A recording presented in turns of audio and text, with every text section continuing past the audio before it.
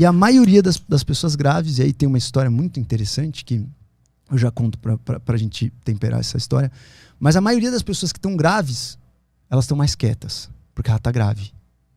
Não é uma regra, mais uma vez, 100%. Claro. Mas é a maioria. E aí eu comecei a reparar no comportamento humano.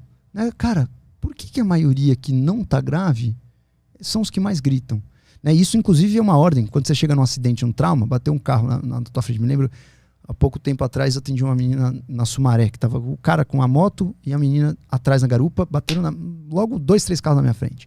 E aí eu parei para atender, a menina gritando e o cara em silêncio. Você vai em quem primeiro? No cara ou na menina? Agora depois que tu falou, tu vai no cara, porque o cara tá quieto. O cara tá quieto, tá morrendo, cara. O cara não tá respirando. E dito e feito, o cara morreu ali na hora. Não tinha tubo pra entubar, o cara morreu. A menina foi, menina 16 anos, fatura de bacia, mandei ela lá pra Santa Casa.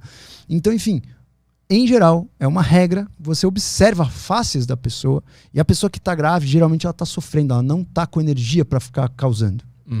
Então, visto isso, né, uma história interessante que teve um cara uma vez que chegou lá, ele tava com uma dor de dente, e ele tinha feito uma drenagem de abscesso, como se fosse uma espinha no dente, e num outro lugar, e acabou evoluindo com febre e tal, foi lá pra Santa Casa, e eu peguei esse cara, né, coloquei o cara pra dentro, na época o chefe tinha que autorizar pra você internar o cara, e aí eu falei, ó, o cara drenou um abscesso dentário aqui, tá com febre e tal.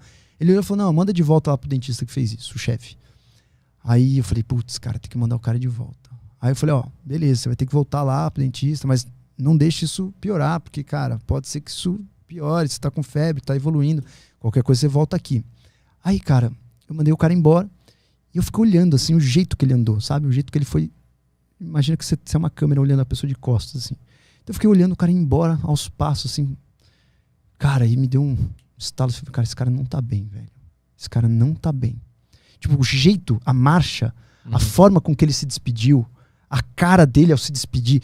Você me perguntado pra como você sabia que ele não tava bem, não sei, cara. Energia baixa. Mas são uma série de informações que o nosso cérebro capta. Como eu falei, em 50 milissegundos você vê uma pessoa diferente de você e já ativa a amígdala. Então nosso cérebro ele é muito reativo. Ele capta muitas coisas e aprende muitas coisas que a gente não tem ideia. A dificuldade de se conectar com essa intuição, né?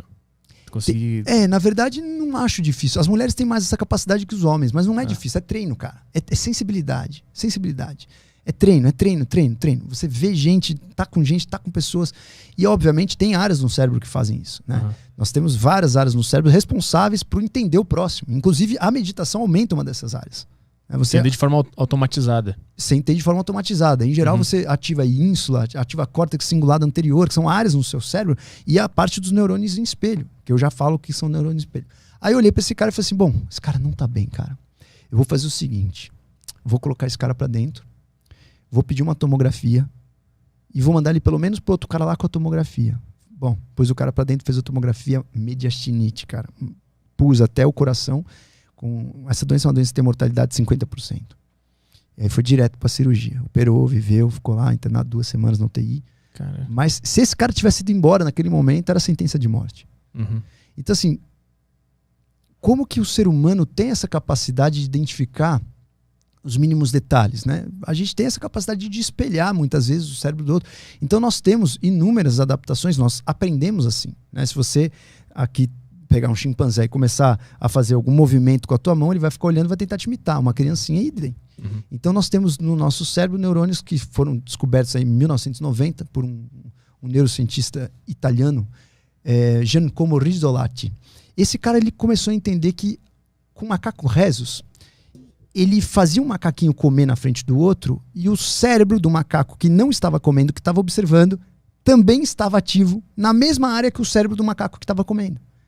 E aí ele começou a perceber que, cara, só o fato de você observar uma ação, o teu cérebro faz aquele espelhamento como se você estivesse fazendo aquela ação. E aí eu te pergunto, o que seria da pornografia sem os neurônios em espelho?